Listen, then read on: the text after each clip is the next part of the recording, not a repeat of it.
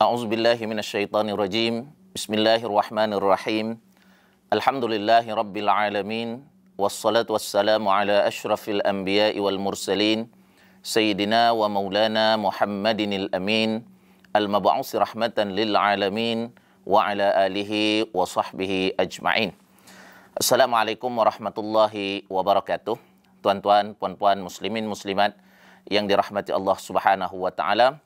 Alhamdulillah, bersyukur kehadrat Allah Subhanahu wa taala kerana pada hari ini kita masih lagi diberikan kesempatan oleh Allah Subhanahu wa taala untuk terus bernafas, untuk terus kita melaksanakan amal ibadah kita kepada Allah Subhanahu wa taala. Terus kita mengabdikan diri kepada Allah Subhanahu wa taala. Moga-moga dengan pelaksanaan amal ibadah kita kepada Allah ini akan dapat meningkatkan ketakwaan kita kepada Allah Subhanahu wa taala.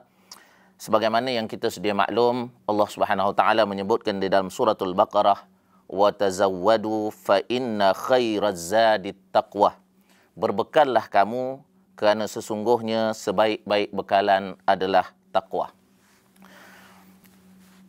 Tuan-tuan dan puan-puan yang dirahmati Allah Subhanahu wa taala, insya-Allah pada hari ini dalam ruangan ringkas Klinik Hukum Anjuran Pejabat Mufti Wilayah Persekutuan ini, kita akan membicarakan satu isu yang berkait dengan solat dan situasi wabak COVID-19 pada hari ini.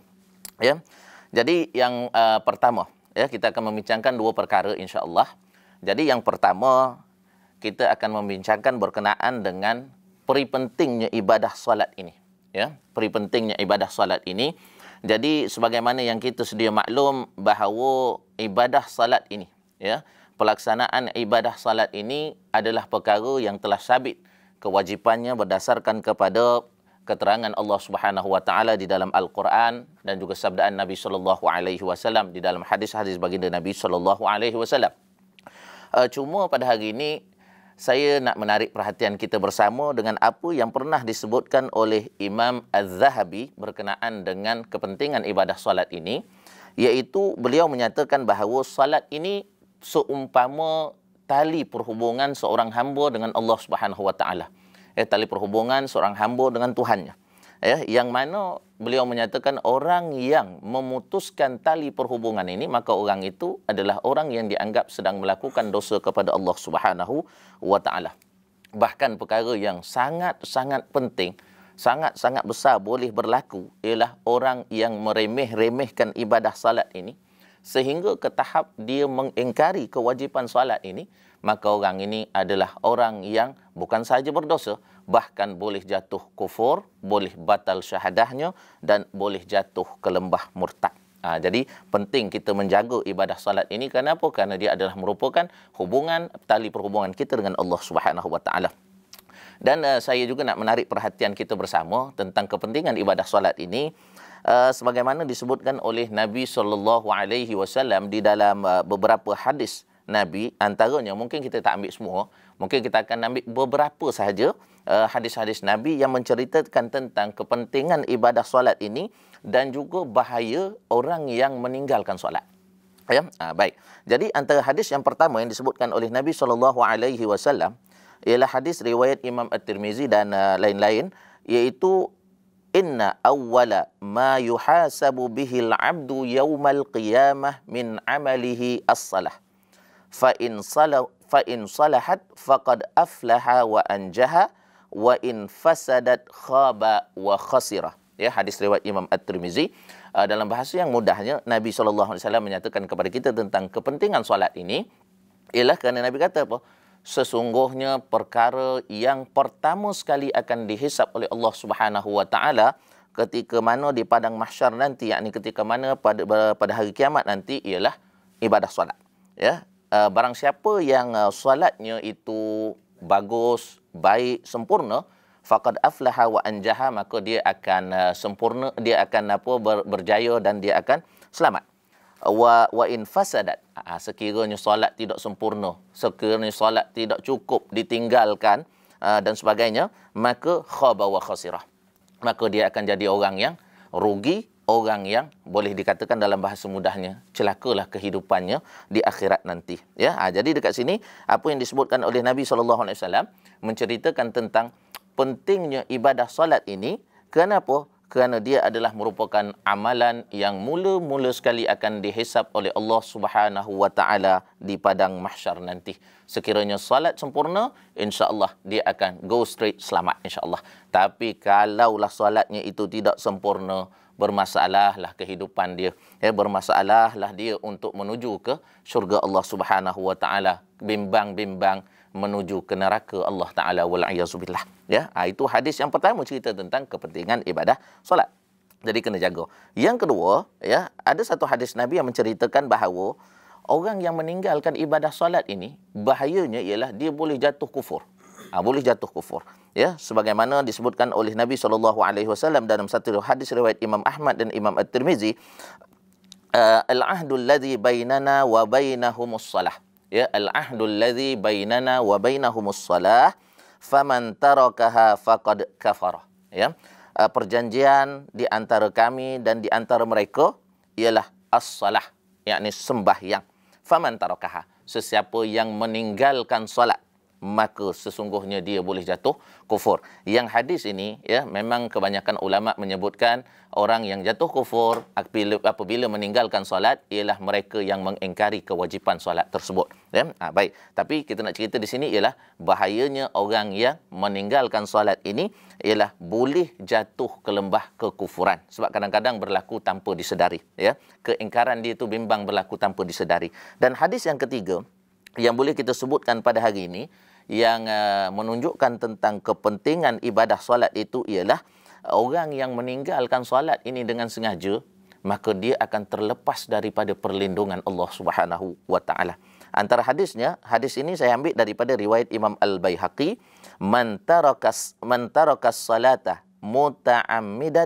muta'ammidan faqad bari'at minhu zimmatullah.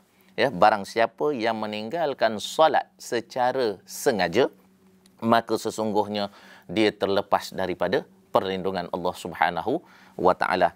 Tuan-tuan dan puan-puan, kita ini selamat akibat daripada apa? Akibat daripada perlindungan inayah Allah Subhanahu wa taala. Bayangkan sekiranya kita tidak dilindungi Allah, kita tidak dipelihara oleh Allah, kita tidak dijaga oleh Allah Subhanahu wa taala, bagaimana kehidupan kita pada hari ini? Sebab itu, untuk mendapatkan perlindungan daripada Allah Ta'ala, penting bagi kita menjaga ibadah salat. Kenapa? Kerana salat adalah merupakan tali perhubungan kita dengan Allah Subhanahu wa taala.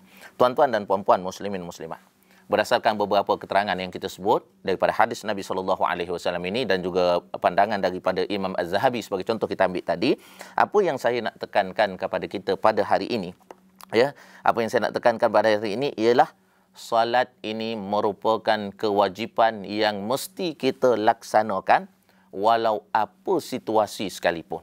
Dalam keadaan wabak COVID-19 ke, coronavirus ke, apa-apa situasi yang kita hadapi, maka salat tidak boleh diabaikan.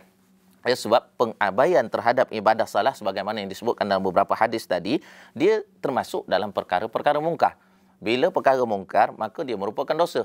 Bila dosa, maka dia akan mengundang bala dan bencana serta kemurkaan daripada Allah Subhanahu wa taala.